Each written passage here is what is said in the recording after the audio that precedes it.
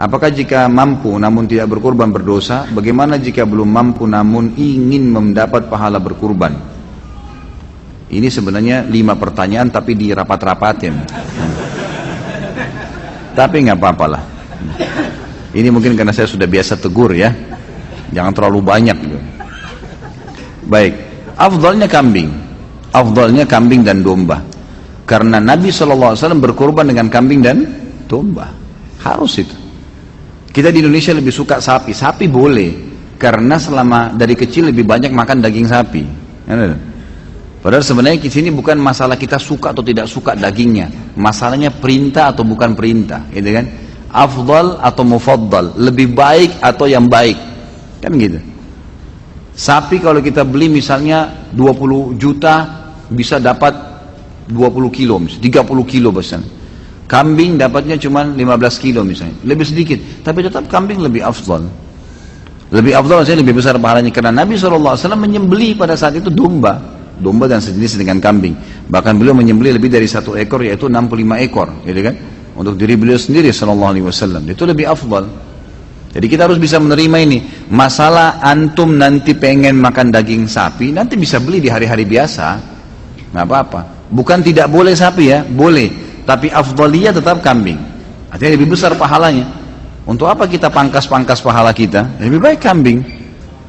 Dan daging kambing ini sebenarnya dianjurkan memang untuk dimakan. Bukan cuma Idul Adha ya.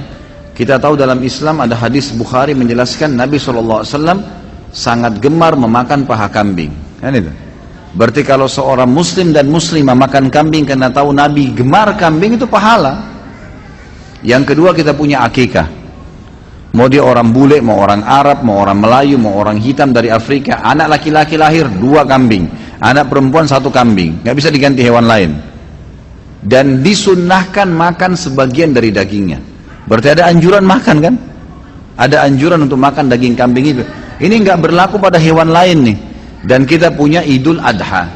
Idul Adha ini lebih afdal kita berkurban dengan kambing. Walaupun ada sapi boleh dan boleh juga dengan unta. Bukan tidak boleh ya. Ini termasuk bagian daripada agama kita. Allahu a'lam, ini yang saya tahu. Jadi tetap lebih afdal kambing. Bahkan saya pernah pelajari khusus dalam Sunan Nabi Daud. Waktu itu di tingkat 3 kuliah ya, sempat kami pelajari Sunan Nabi Daud, dan pas babnya bab adhahi, memang bab untuk berkurban. Di situ ada riwayat yang menyebutkan kalau orang menyembelih pun mau lebih afdal lagi domba.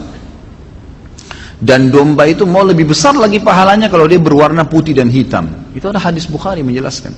Karena Nabi SAW menyembelih dengan ciri itu, gitu kan? Dengan ciri itu, maka itu lebih afdal.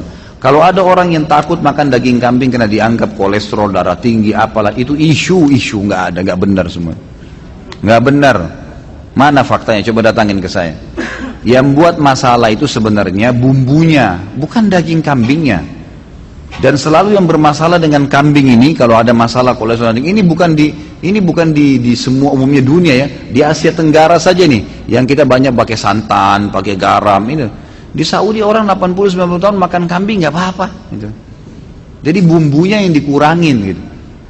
Ini kalau ada orang Saudi tamu saya cobain makanan kita, dagingnya dicampur macam-macam warna-warni. Ya akhi, apa ini garamnya berapa kilo? Kaget dia, kok asin sekali. Kalau kita kan sudah biasa ya, tapi kalau bagi dia aneh, ini apa ini makanan kok begini asinnya. Mereka kaget karena mereka sudah, memang di sana agak tawar ya. Kalau kita karena sudah biasa lidah Indonesia, begitu kena sana ya tawar gitu. Tapi nanti biasanya dicampur lagi dengan jeruk yang diperasin dan seterusnya, itu biasa dipakai begitu. Jadi jangan kaget kalau lagi umroh mampir antara Mekah Madinah beli makanan nasi, biasanya agak tawar. Emang sudah begitu. Tawarnya itu karena lidah kita terbiasa gitu.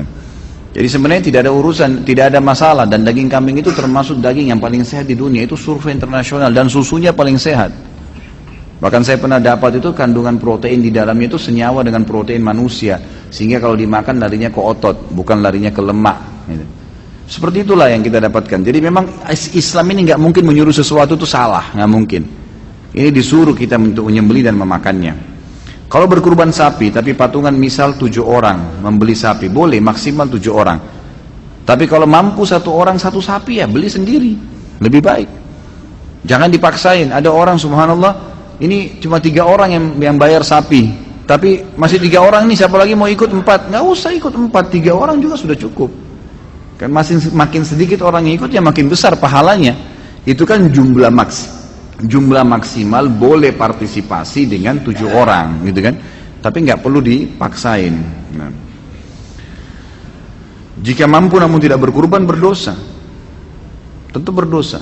Karena ini wajib. Fasholli li rabbika wanhar. Salatlah Idul Adha itu dan sembelihlah. Di sini pakai fi'il amr ya.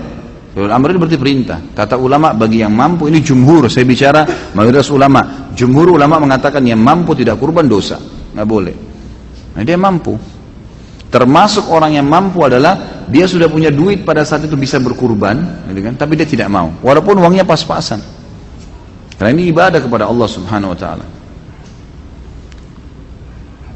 Bagaimana jika belum mampu namun ingin mendapatkan pahala kurban?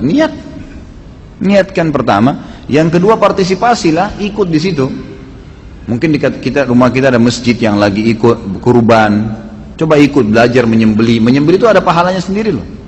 Ini laki-laki semua ini saya sarankan jangan tidak bisa menyembeli. Menyembeli, coba belajar.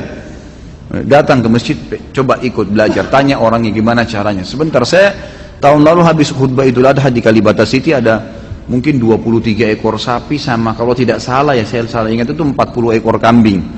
Itu habis sholat id, lalu saya langsung datang, saya praktikkan, saya sembelikan sapinya, saya sembelikan kambingnya depan mereka. Saya panggil jemaah laki-lakinya semua, ayo pak, coba langsung.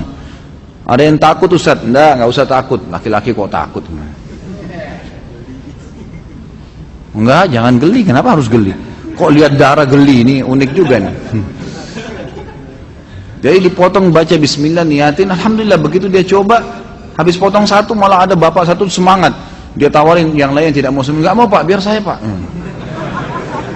Tadi sudah berhasil nyembeli satu, wah mau nyembeli terus dia. Itu termasuk, itu bisa dapat pahala di situ nyembelihnya ya. Kalau nggak bisa juga takut, peganglah itu. Paling tidak pegang kambingnya. Apalah partisipasi di situ kan gitu. Insya Allah bisa. Tapi yang pertama tentunya niat ya, tentunya niat.